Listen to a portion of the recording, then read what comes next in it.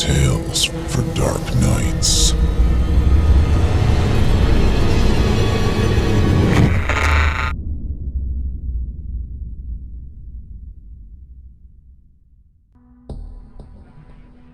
Good evening. For your enjoyment, we'd like to bring you this spine-chilling tale of terror from my personal collection.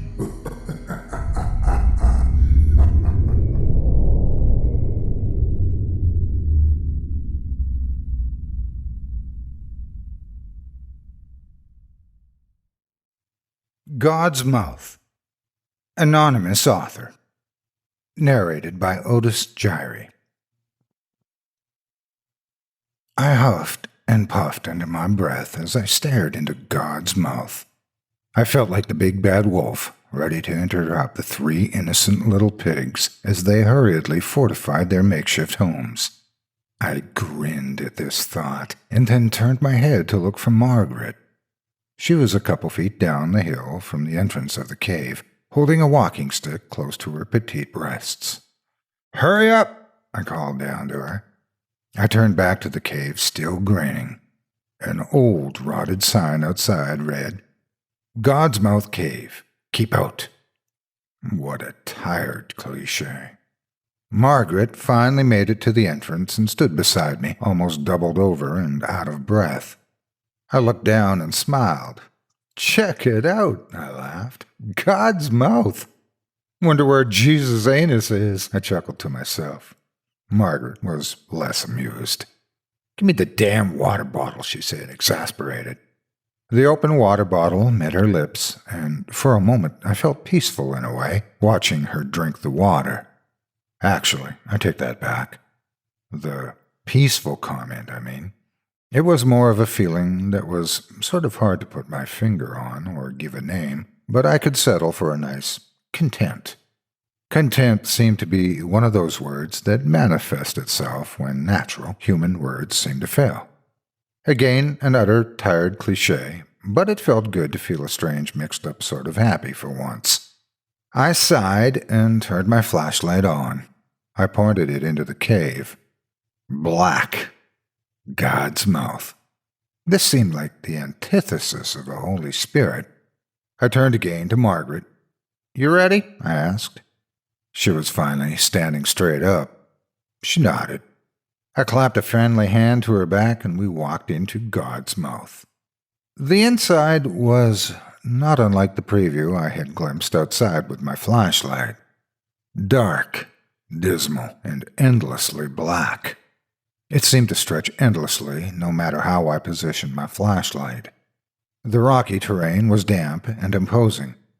The last natural light slowly disappeared behind Margaret and I as we made our way deeper and deeper. I found it strange how soft and compelling the world around me now appeared, despite the stalactites, stalagmites, and other rocky formations being so jagged. It seemed that even amongst the pointed teeth of God, I could lay down and rest there forever. It was comfortable. Apparently, Margaret didn't agree. She shivered uncomfortably under my arm. I raised my eyebrows. "Need your coat?" I asked. I tried to look at her and make nonverbal communication as explicit as possible, until I realized that we were lost in the inky blackness of the mouth. I bit my lip and waited, but she didn't respond.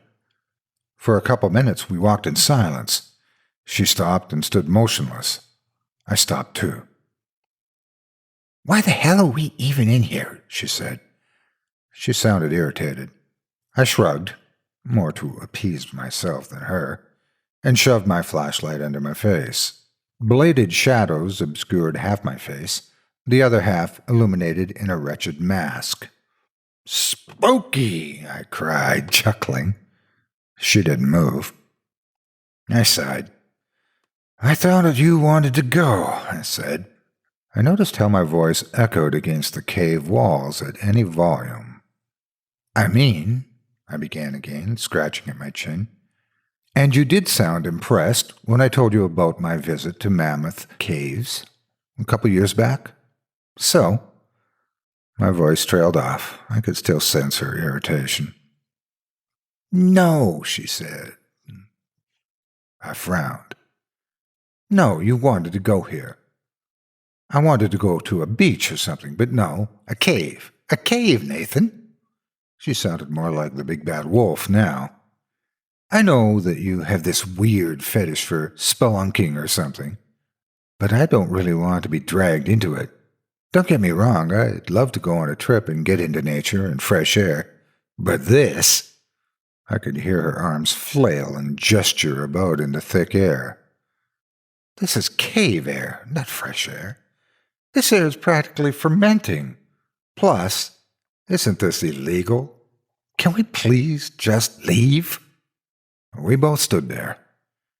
The only sound that could be heard was the electricity in the air being stifled and smothered by the damp atmosphere. Finally, I began to walk. I didn't hear Margaret follow me, but I kept moving forward. Then, "Nathan," she said, "stop, please stop." So I stopped. "I'm sorry," she said. I could hear her moving closer to me. "I'm tired, and I'm not used to running and climbing around and the like. I'm just tired." "It's okay," I said. She gripped my arm. "Really, it's fine," I shook my head.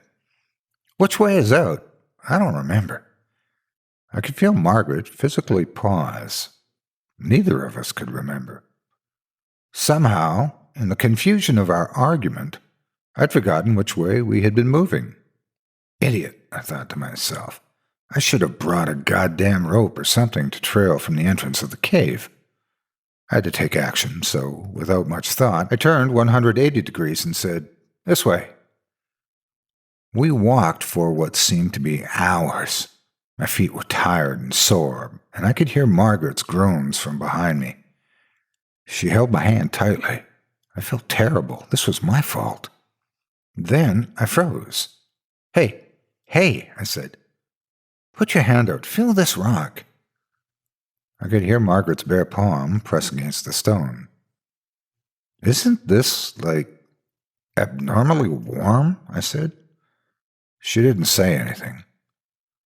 I began to work my way along the wall, feeling it as I went, shining the flashlight in front of me.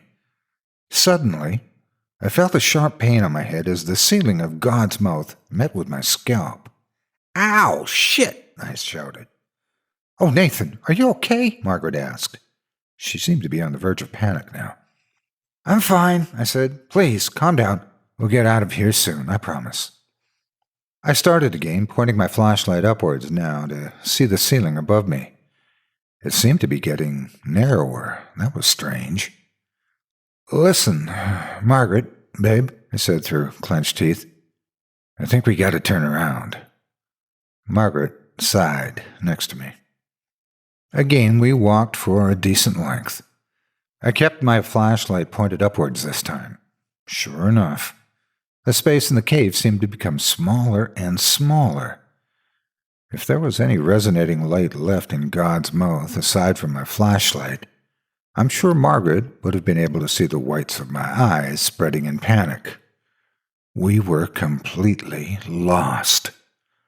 I let go of Margaret's hand and began to feverishly feel my way along the walls. "No, Nathan," I heard her shout. I kept going. We had to get out. If we were lost, nobody would be able to find us. I kept feeling along the wall until I abruptly hit a corner. "Fuck," I said aloud. "Margaret, this seems to be a dead end." I spun around on my heel. "Margaret?"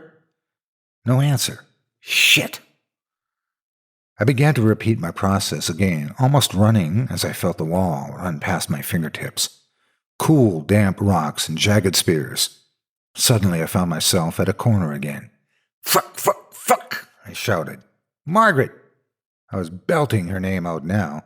In the corner of the cave's maw, where I had been thwarted so many times already, I heard a noise. It sounded like muffled static from a television. I pressed my ear against the rock. It seems to be getting even warmer now. I heard the faint sounds of Margaret on the other side of the rock. She was screaming. No, I said. No. I began running haphazardly into the walls around me. With dawning realization came a wave of sheer terror. There was no entrance. There was no exit. Only these four corners and me. I could feel blood begin to trickle from the cut I managed to get by bashing my body into the cave's walls. They were closing in on me. They were coming in for the kill, and soon they would be pressing in on my skull and crushing my rib cage. I sat there for hours, waiting for death. My flashlight had become dim and blinking. Finally, I felt the soft touch of these rocky walls press against my back. I began to cry as I lay down on the ground. I let my flashlight roll on the small hills of stone. As I quietly stayed prone, tears dripping down my face, I turned and looked at the flashlight. Its last, fading beams of light pointed at something not far away from my face. I squinted in darkness. My eyes widened, and I felt tears fall even harder from my face. The rocks were piercing my skin now, and blood dripped from all sides. There, in the last light of my flashlight, was the appetizer. The spotlight shone on a hand whose nails were painted red, and I screamed in agony as I watched God's mouth chew its latest meal.